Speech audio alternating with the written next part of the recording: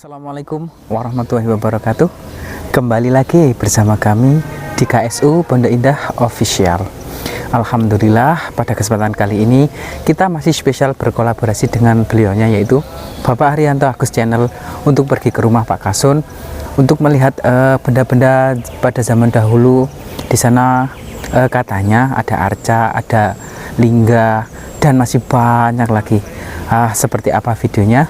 Kita akan langsung menuju ke rumah beliaunya, Pak Kasun.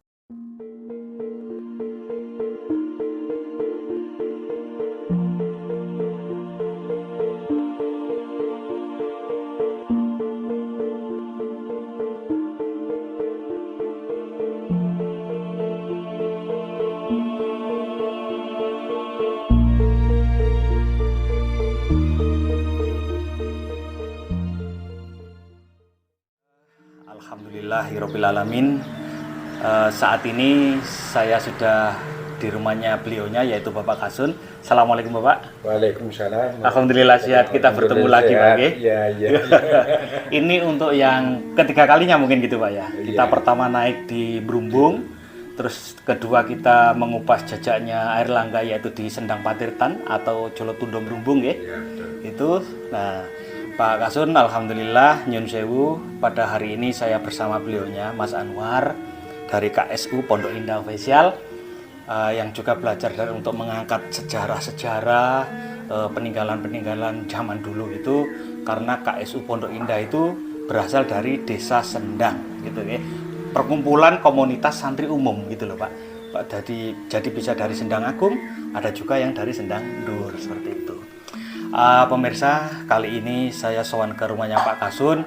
Dari awal jejak saya di Brumbung itu, karena kita bukan menemukan, sebenarnya sudah sejak dulu banyak orang yang tahu. Kita menjelajah di situ karena kita tahu di situ ada yang namanya Sendang Patirtan Brumbung, seperti itu ya Pak. Bahkan setelah kita turun di bawah, ternyata itu bukan hanya Sendang Patirtan biasa gitu loh Pak. Ternyata itu adalah Sendang Jolotundo. Jolotundo yang artinya adalah Jolo itu air, Tundo itu bertingkat, seperti itu. Persis seperti yang ada di Padusan Brumbung gitu. Dan itu peninggalan kalau di daerah sini betul sekali, karena ada juga arca-arca air langga. Bahkan dulu ditemukan awal itu di atasnya Patirtan itu ada arca air langga nih Pak. Sekitar air langga itu menjabat sekitar tahun 1009 sampai 1025. Insya Allah seperti itu Bapak. Setelah itu pemirsa, saya mencoba menggali cerita dari narasumber satu dan yang lainnya.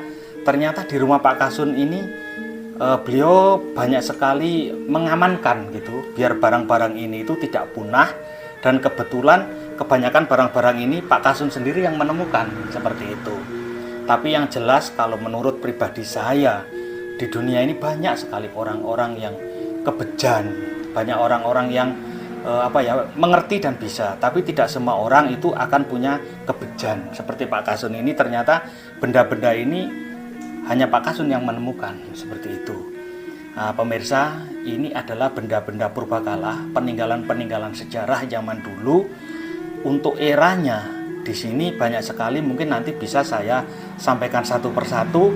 Ini adalah benda-benda zaman peninggalan sejarah nenek moyang kita, seperti itu. Sudah kewajiban kita untuk uri-uri, karena tanpa leluhur siapa kita gitu Pak Kasun, Mas Anwar. Kalau tidak ada leluhur, Mas Anwar, kulo, panjenengan, lan Mas Faik tidak akan mungkin berada di tempat ini. Ngoten nggih Pak. Pemirsa, ini adalah benda-benda yang ditemukan oleh beliaunya Pak Kasun, yang artinya di sekitaran daerah sini, Tepanas nih Pak ya. Ini daerah Tepanas, saya yakin dulu ada peradaban kampung kuno gitu. Nggak tahu itu eranya siapa, karena saya juga belum berjejak sejarah untuk mencari kelanjutannya.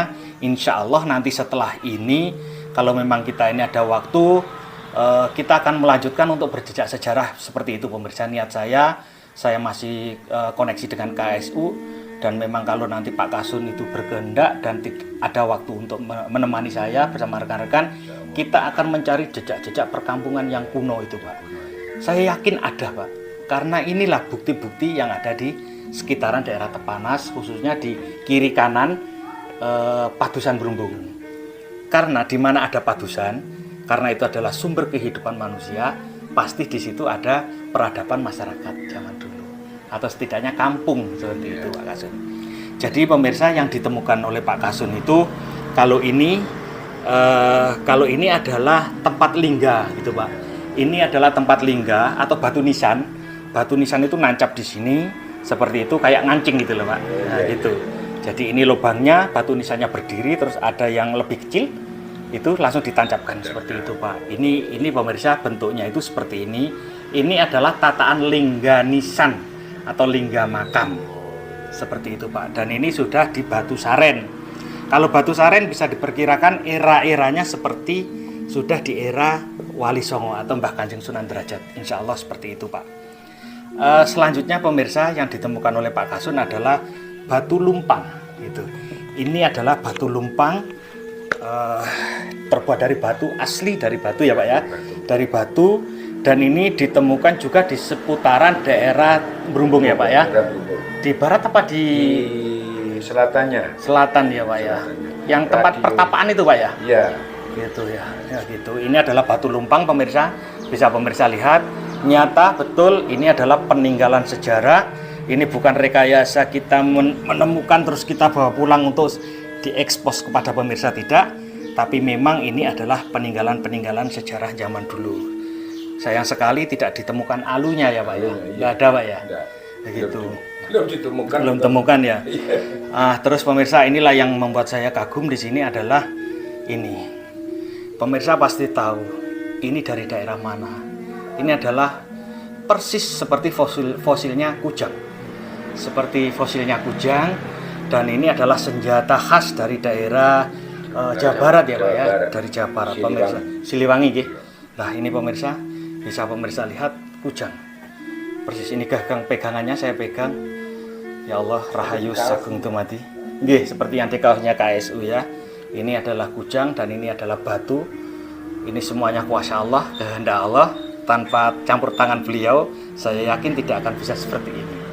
Ini ditemukan juga di seputaran daerah Tepanas, Brumbung nih, Pak. Untuk yang ketiga pemirsa, yang ketiga ini adalah batu pipisan. Nah, ini adalah batu pipisan. Batu pipisan ini terbuat dari batu apa Mas namanya? Andesit. Batu andesit ini pemirsa. Jadi kalau orang zaman dulu itu membuat sebuah ramuan jamu, membuat sebuah bobok untuk pengobatan, ya ini cuman ini pecah ya, Pak ya. Ya, pecah. Ini pecah pemirsa, ini sudah pecah. Pecahnya Jadi tidak ditemukan. Tidak ditemukan ya, Pak. Ya. Ini ada sambungannya ke sini ya, Pak ya. Ya, sambungannya. Jadi ini dibuat pipisan seperti itu, seperti yang saya lihat kebanyakan dulu di Mojokerto. Untuk selanjutnya ini adalah semacam pecahan batu gilang. Ini semacam pecahan batu gilang. Ini kepala ular kobra. Iya, ini kan patoknya itu, Pak ya. Ya. Ini pemirsa, ini seperti berbentuk kepala kobra, dan ini adalah patok atas ya, Pak ya. Ya. Patok mulut kobra atas itu pemirsa. Dan ini kalau disiram dengan air akan kelihatan kayak sisik-sisik ular seperti itu. Betul. Bahkan menurut beliaunya Pak Kasun, benda ini pernah diminta oleh seorang pejabat ya, Pak ya. Oleh seorang pejabat, tapi nggak tahu mungkin dari aura benda ini atau bagaimana nggak jadi. Jadi nggak jadi karena mungkin hak warisnya tetap sama Pak Kasun ini.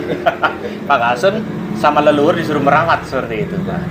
Jadi kita bukan meyakini kepada batunya, bukan, tapi karena ini adalah peninggalan leluhur nenek moyang kita, wajib kita simpan, kita uri-uri. Siapa tahu, kalau menurut saya bukan siapa tahu, pasti akan ada manfaatnya. Gitu loh. Kenyataannya apa, Pak? Pada hari ini jenengan temukan ini berapa tahun yang lalu kan? Iya. Gitu. Pada hari ini saya bisa ketemu di sini loh, dengan mengungkap sejarah batu ini. Berarti kan bermanfaat, Pak. Iya. Ya gitu aja. Kita tetap semuanya kembali kepada Allah kan, Pak. Iya. Seperti itu. Ini yang batu mirip dengan kepala kobra, dan ini kalau memang disiram dengan air keluar sisiknya ya, Pak ya, keluar sisiknya. Kalau kepala kobra itu memang identik dengan Hindu, Pak. Hindu ya, iya betul. India seperti itu. Hindustan kan kobra ular Dihormati. sangat disakralkan di sana di India. Gitu.